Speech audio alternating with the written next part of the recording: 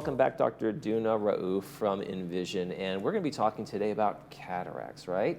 Yeah. Well, welcome back to the show.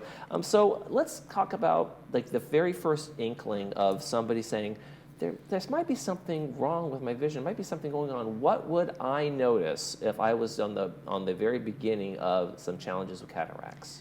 Typically, patients will notice that things are looking a little bit more blurry. Okay. They also notice that they have some difficulty at night, specifically with driving. When they're driving at night and they look at traffic lights or headlights from another car, they would notice starbursts or halos. Oh, okay. And when the cataracts are significant, those can be debilitating sometimes. So a lot of times the first symptom that patients describe to me when they come in is, I can't drive anymore, I just don't feel safe driving. Oh, okay. Another common symptom is that they feel difficulty reading, and they always need extra magnification or extra lighting in order to see. Okay. And that's because the cataract adds a filter, like a yellow filter. The clouding of the lens, Exactly, right? exactly. And at some point, no matter how much extra lights you add, you just can't see well. Another thing that patients complain about is they got a new pair of glasses, but they're still not seeing well. And that's a very common thing that we get referred from optometrists who are fitting a patient with their annual new pair of glasses. Right. But no matter what prescription they put in, the patient still can't see well. Okay. That's when we know it's time for cataract surgery. Okay. And the optometrists, I mean, if they're looking into the eye, right, they're going to start seeing some signs of that too, right? They're going to be the first to notice, okay, this isn't just a natural progression of age or challenge with vision as you get older. Correct. They certainly see the cataract. It's visible through the slit lamp, which is kind of the microscope that we use during an eye exam.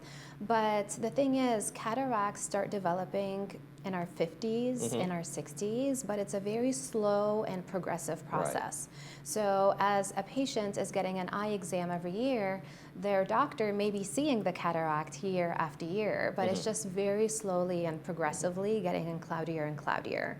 But it's really that one point where you decide, okay, now it's time, then when they get sent over to us. Right. So have you seen patients that say, "Hey, guy, your cataract isn't. We're not really in the place to do anything about it yet." You said, "Hey, let's take a wait and see approach." Sometimes. Absolutely. So really, there are three scenarios of how it goes when I see a patient. Most of the time, by the time they get to me, they're ready and it's time to go, and it's obvious that their cataracts are ready for surgery. But another scenario is that I tell the patient, you're kind of in a gray zone. You are having some symptoms, they're mild. I do see the cataracts, your vision is a little bit reduced. But I tell patients that a cataract is not like cancer, it's not like an appendix that's about to burst. It's not a surgery that has to be done immediately, and since your cataracts are still very early and mild, we can wait. If you want, we can check you back in 6 months or 12 months and see how they look at that time if your symptoms are not too bothersome. Okay. So that's one scenario. And then the last scenario, sometimes I do tell patients, you need to do this now because I do not feel safe for you driving or for your safety for others.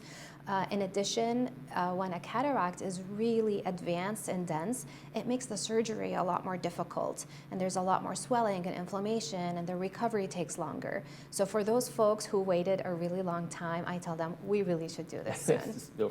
So explain to me why, if it's in the early stages and you know it's only going to get worse, why not just do those in the early stages? Is there a reason why we push that off a little bit later on? Yeah, you want to do it when it's the right time so that the patients can notice improvement. Okay. So for example, when a patient comes in to see me and their vision is one line below 20/20, I will improve their vision with the surgery, but only from that one line below to 20/20. 20/20 is the best that I can get you to. Right. So they'll do the surgery and they're like, oh yeah, I can see better, but like it didn't really make a huge difference. In addition, every surgery has potential risks and complications.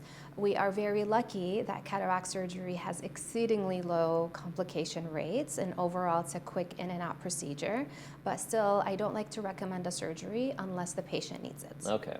So if now we're at the stage of work, okay, I need the surgery, this is happening, what assessments do you make in terms of what kind of surgery? Are we going to use laser? Are we going to have to cut the old manual way? And what will determine how you move forward in terms of the type of surgery? So when a patient comes in for an evaluation, I typically have them in the office for about 2 hours.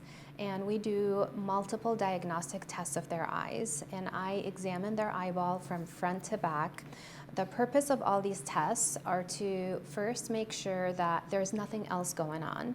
So I check for macular degeneration, for glaucoma, for all other conditions that can be unrelated or that can impact the cataract surgery and its outcome. That's good for me and for the patient to know all about any other potential conditions that are going on.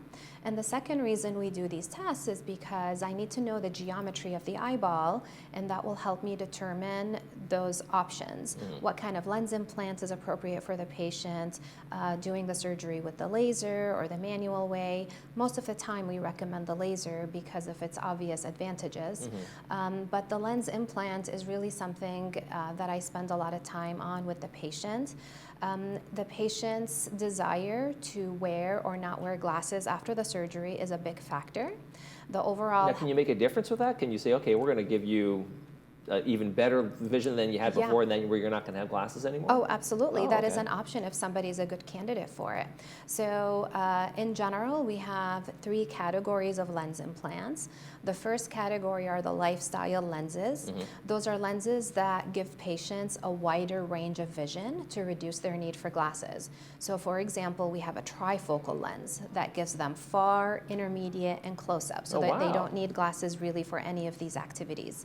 I tell them you'll only need cheaters if you're reading ingredients on the pill bottle, but otherwise, looking at a menu, reading, looking at your phone or your watch, driving, all of that will be glasses free. Wow. We have a bifocal lens that's a little bit different. That one is more for far and intermediate distance. My golfer patients love that lens because it gives them nice, crisp distance vision, excellent night vision, and they can see their golf ball really far. So that's all under that first category of lifestyle lenses.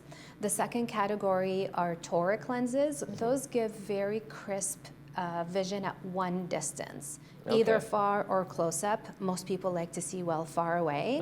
They'll need glasses for the computer distance and the close up, but that is an option for people who have high amounts of astigmatism, but they want that crisp, perfect distance vision. And then the third and the final option is the basic lens.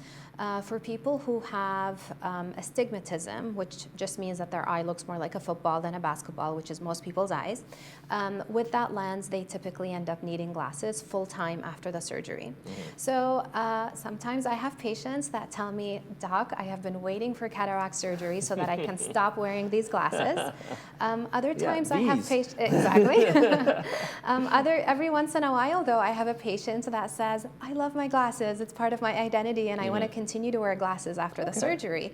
And for those patients, I listen to their needs and what they prefer, and then I'll just recommend the basic lens for them. So it's just such a customizable surgery, and it's incredible that we have so many different options, that I listen to what they want and what their lifestyle is like and their activities, and we come up with what's the best fit for their eyes. And are most people are going to then ask, okay, and now what's this going to cost me? So is most of this covered, cataract surgery covered by most insurances? So the bulk of the surgery is covered by insurance if somebody has significant cataracts that meet the criteria for insurance. They will cover the surgeon's fee, the anesthesia fee, the surgery center fees. But most insurances will only cover the basic lens implant, which is kind of that third category of lens implants. And they also cover doing the surgery with the blade or the knife, which is kind of the traditional way of doing the surgery. Insurances view getting rid of glasses or correcting astigmatism as an optional kind of extra luxury. But we find that most patients understand that this is a one-time thing. You only have cataract surgery once in your lifetime, and the lens implants are permanent. Once you have a lens implant in, you get to enjoy the vision that you achieve from that for the rest of your life. the cataracts will never come back and the lens implant will never be replaced. It doesn't need to be replaced. Right. So a lot of times I tell patients, if you get a new knee or a new shoulder, often you'll be told that, oh, this is going to be good for 10, 15 years, which is great for that. But the beauty of lens implants is that they're good forever. They will outlast you. It's a lifer. Yeah. That's great. Yeah. And recovery time pretty good. Couple days, you're seeing well again. It's very quick. So the surgery takes about 10 minutes, and it's done at an outpatient surgery center. When a patient comes in the day of the surgery, they're typically there for about 2.5 hours, and somebody has to drive them that day. When they come in, it's a very simple, relaxing experience. We put eye drops in the eye. They do get an IV in their arm, and they get a relaxing medication through the IV. During the surgery itself, they're awake. They hear my voice talking to them. I actually often have a conversation with my patient while I'm doing their surgery, but they don't remember any of it. So they're in la la land. They're in twilight zone. They're in that twilight zone. And then they go home afterwards. They don't need specific care from a caregiver. If somebody lives alone, they can go home and be alone. That's perfectly fine as long as they're driven home. I want them to avoid driving the first 24 hours because of the anesthesia until it wears off. And I want them to take it easy for about a week, which means no vigorous physical activity, no heavy lifting, no bending over the waist. Just kind of take it easy for a week and avoid swimming for 2 weeks. So most patients are back to their regular activities pretty quickly. My patients that are still working and having cataract surgery, I tell them if I do your surgery on a Friday and you have a computer job, you can be back to work on Monday. It's really that simple. That's a pretty good deal. All right, well, Dr. Duna Raouf, thank you so much. NVISION is the place to go for your cataract needs, it looks like. Thank you. Thank you so much. Thanks for having me. When we come back, we'll be talking about what's going on at the Coach House. Stay with us.